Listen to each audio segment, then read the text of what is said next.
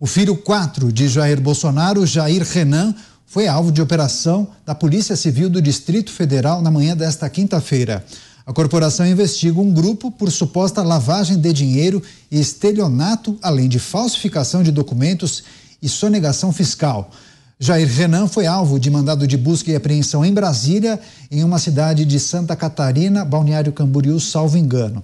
Autoridades levaram um celular e também um HD externo do filho do ex-presidente. Flávio Bolsonaro, que é irmão de Jair Renan, condenou a operação e afirmou, vou abrir aspas, tem investigador procurando pelo em ovo, fecho aspas. Vamos começar o nosso giro de análises. Zé, eu terminei com você, mas eu vou abrir justamente que é uma operação da Polícia Civil do DF de Brasília, e eu queria pedir sua análise acerca da deflagração dessa operação que mirou Jair Renan, outros possíveis integrantes dessa organização que praticaria crimes como estelionato, falsificação, sonegação, lavagem de dinheiro. Parece que a operação surpreendeu muito o entorno do ex-presidente, né? Pois é, eu não tenho assim detalhes desta investigação, ainda se trata de um inquérito, e o Renan é um dos investigados e foi alvo de busca e apreensão. Levaram celulares dele, levaram equipamentos eletrônicos, né? E, enfim, a acusação é de ocultação de patrimônio, né? E lavagem de dinheiro. Essa é a acusação.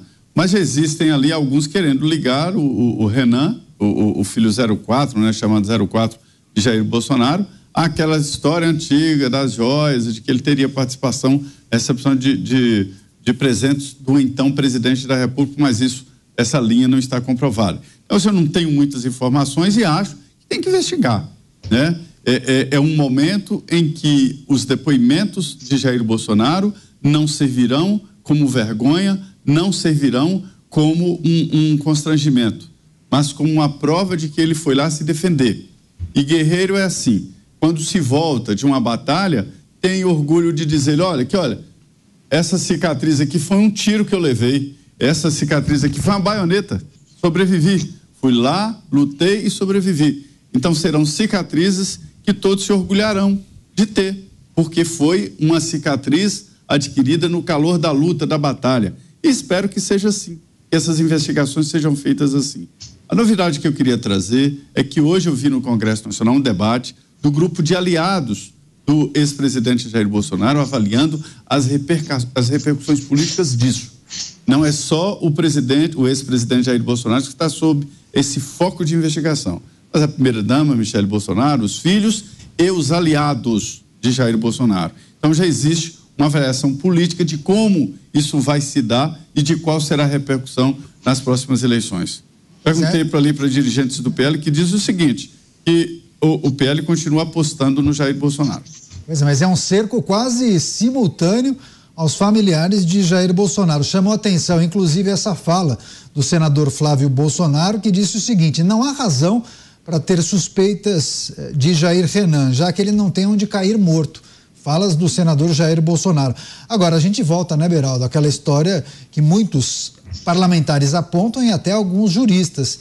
Esse cerco curioso, quase como uma coincidência aos familiares de Jair Bolsonaro.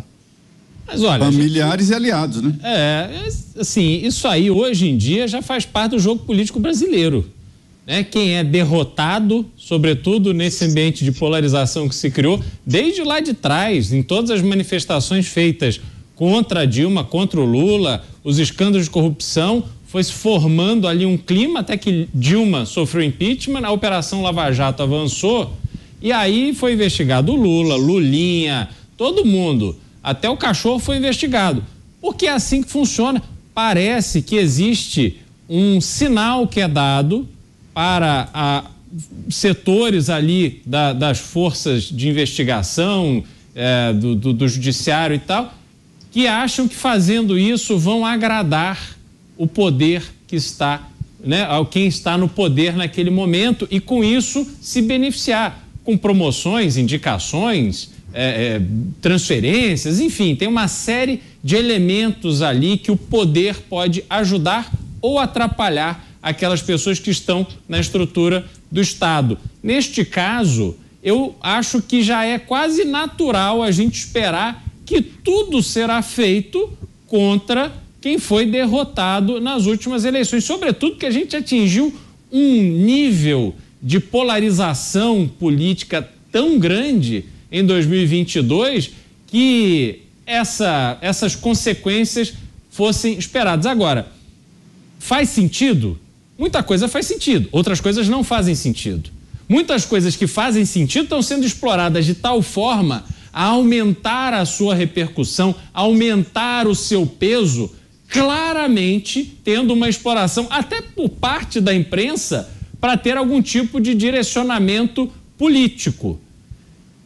Se a gente olha o caso específico de hoje, eu não conheço os termos dessa investigação, mas, ao que tudo indica, ao menos as pessoas com quem Jair Renan convive são pessoas que têm práticas bastante questionáveis.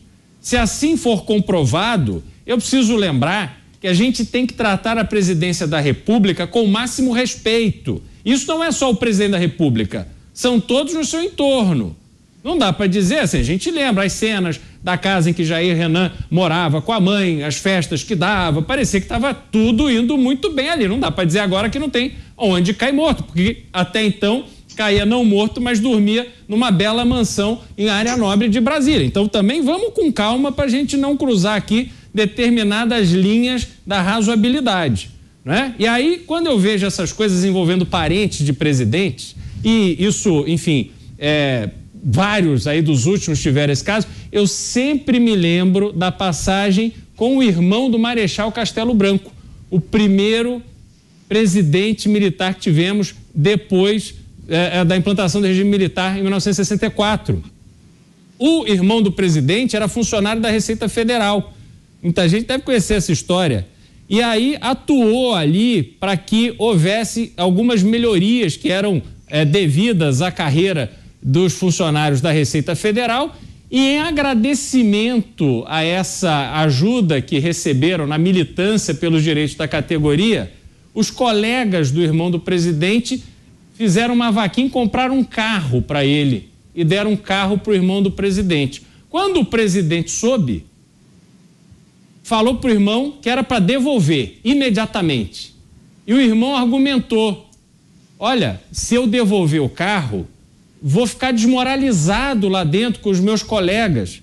E aí o Marechal Castelo Branco falou o seguinte: meu irmão, deixa eu te explicar uma coisa, o cargo na Receita Federal você já não tem mais. Se você devolver o carro, talvez eu reconsidere a tua prisão. E assim é que tem que ser tratado a presidência da República, a importância do cargo de ser presidente da República. Não se pode tolerar a mínima envergada em princípios morais fundamentais, porque respeitar a presidência da República é respeitar o povo brasileiro, é respeitar o Brasil. Isso não pode ser negociado. Pois é, ainda, viu, Mota, o senador Flávio Bolsonaro disse o seguinte: ao que parece, é mais uma vez uma perseguição desenfreada em cima de Bolsonaro e seu entorno. Bom, se essa tese for verdadeira, fica difícil identificar de onde partiriam as ordens para essa perseguição, né? Eu tenho a maior cautela quando comento o trabalho da polícia. Eu acho que a polícia merece respeito.